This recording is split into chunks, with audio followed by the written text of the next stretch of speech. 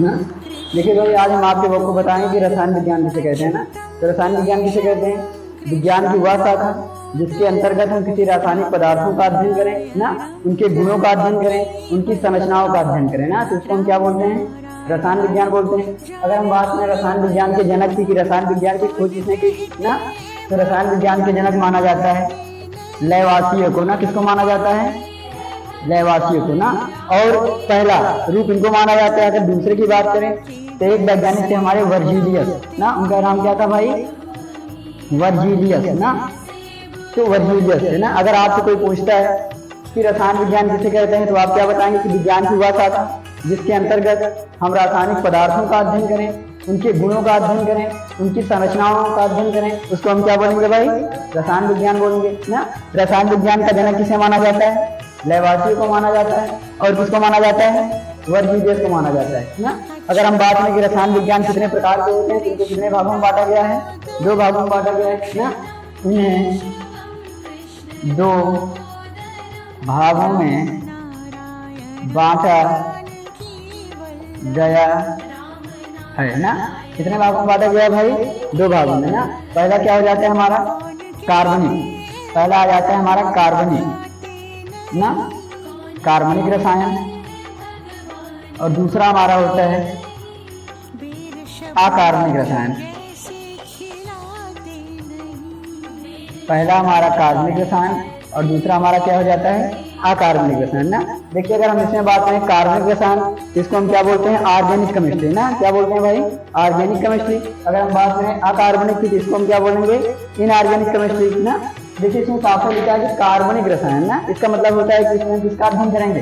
Carbon का अध्ययन करेंगे। किसका अध्ययन करेंगे भाई? कार्बन का अध्ययन करेंगे।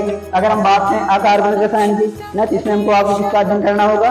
कार्बन को छोड़कर ना, कार्बन को छोड़कर शेष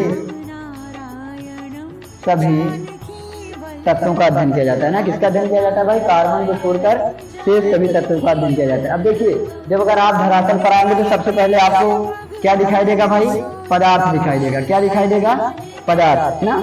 अगर हम बात करें कि पदार्थ किसे कहते हैं, तो आप आंख बंद कर लीजिए ना, फिर आप अगर पुनः अपनी आंखों को आप खोलते हैं तो जितने भी हमारे आसपास की वस्तुएं दिखाई देंगी सब क्या है? पदार्थ है ना। कोई आपसे पूछता है कि बताइए पदार्थ किसे कहते हैं ना, तो हम क्या कहेंगे कि हमारे आसपास की सभी वस्तुएं क्या कहलाती हैं? पदार्थ कहलाते हैं ना। जिसका हम आप क्या कर सकें? अनुभव कर सकें ना, वही हमारा क्या हो जाता है? पदार्थ हो जाता है ना। अगर हम बात करें कि पदार्थ को कितनी अवस्थाओं में बांटा गया है ना, तो कितनी अवस्थाओं में बांटा गया भाई? 3 अवस्थाओं में ना। मुख्य रूप से 3 अवस्थाओं में बांटा गया है, 3। और वैसे पदार्थ कितनी अवस्थाएं होती हैं? टोटल 5 होती हैं ना। एक हमारा ठोस होगा, एक द्रव होगा, एक गैस होगा ना, और एक क्या होता है हमारा? प्लाज्मा होता है ना, और एक क्या होता है हमारा? WBC ना। तो अगर हम बात करें ठोस की ना, किसकी बात करें भाई? ठोस की। तो देखिए, जो हमारा ठोस होता है इसका आकार और आयतन ना, आकार और आयतन दोनों क्या होता है भाई? निश्चित होता है ना।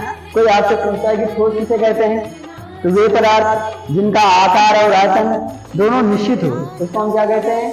ठोस कहते हैं। और देखिए, जो ठोस पदार्थ होते हैं इनके जो अणु होते हैं ना, इनके जो जालक अणु होते हैं वह क्या होते हैं? काफी करीब होते हैं, यानी काफी पास होते हैं ना। जैसे मान लीजिए आपका क्या है भाई? व्हाइट बोर्ड है ना, इसमें बहुत सारे अणु हैं ना, छोटे छोटे अणुओं से मिलकर तो हमारा कोई ना कोई पदार्थ बनता होगा। तो इसके जो जालक अणु होंगे वो क्या होंगे? काफी पास होंगे। अगर जो पास है तो बताइए उनके मध्य आकर्षण बल प्रबल होगा कि दुर्बल होगा? प्रबल होगा भाई। अगर प्रबल है तब है ना, तो आप अपने आसपास है ना एकदम मजबूती से पकड़े हुए हैं ना, तो हमारा क्या बन जाता है भाई? ठोस बन जाता है ना। इसी तरीके से अगर हम बात करें आपसे कि द्रव हमारा क्या होता है भाई, पहली अवस्था हमने आपको ठोस बताई, दूसरी अवस्था किसकी बताई है भाई? द्रव की। और तीसरी किसकी बताई है? गैस की बताई है ना। तो अगर हम बात करें द्रव की ना, तो द्रव में क्या होता है? देखिए, इनमें तो पहला चीज इनमें तरलता का गुण होता है। किसका गुण होता है? तरलता का। ये कहने का मतलब ये फ्लो करते हैं, अर्थात ये बहती है ना। और इनका कोई भी आकार नहीं होता, इनका कोई आकार नहीं होता, लेकिन आयतन इनका क्या होता है? निश्चित होता है। अर्थात कहने का मतलब इनके पास आयतन होता है लेकिन इनका कोई आकार नहीं होता ना। आप अगर मान लीजिए द्रव के अंतर्गत, जैसे मान लीजिए आपका पानी आ गया, तेल आ गया, दूध आ गया ना, इन सब चीजों को आप जहां भी जिस भी बर्तन में आप रखेंगे ये उसी का आकार ले लेंगे ना। तो कहने का मतलब अगर हम आपसे पूछे कि इनके ज्वाला कणुओं के बीच आकर्षण बल प्रबल होगा कि दुर्बल होगा? प्रबल होगा ना, प्रबल होगा, लेकिन ठोस की अपेक्षा दुर्बल होगा। यानी ठोस के जालाकण जो है वो ज्यादा पास होंगे किसकी अपेक्षा? द्रव की अपेक्षा ना। और इनमें किसका गुण पाया जाता है? बहने का गुण होता है, तरलता का गुण होता है ना। ये आपस में फ्लो करती है ना। इसको हम क्या बोलेंगे भाई? द्रव बोलेंगे ना। इसका एग्जाम्पल जैसे दूध हुआ, पानी हुआ, तेल हुआ। यहाँ तक बात समझ में आई? अब देखिए जो तीसरी अवस्था होती है वो हमारी आपकी क्या होती है? गैस होती है ना। तो गैस का ना तो आकार ही होता है कोई, और ना ही कोई आयतन होता है ना। इसको हम आप क्या बोलेंगे? गैस बोलेंगे। कहने का मतलब कि जो गैस है ना, इसको हम आप देख नहीं सकते कि ये किस आकार का है, लंबा है, गोल है, मोटा है, चौड़ा है, कैसा है ना, हम आप नहीं बता सकते। तो इसका मतलब इसका आकार निश्चित है? नहीं निश्चित है। इसका आयतन भी निश्चित नहीं होता ना। तो जिसका आकार और आयतन दोनों निश्चित हो उसको हम क्या बोलेंगे भाई? ठोस बोलेंगे। और जिसका आकार ना निश्चित हो लेकिन आयतन क्या हो? निश्चित हो, उसको हम आप क्या बोलेंगे? द्रव बोलेंगे ना। और जिसका आकार और आयतन दोनों निश्चित होता है उसको आप क्या बोलते हैं? गैस बोलते हैं ना। तो यहाँ तक बात समझ में आई? इतना नोट कर लो।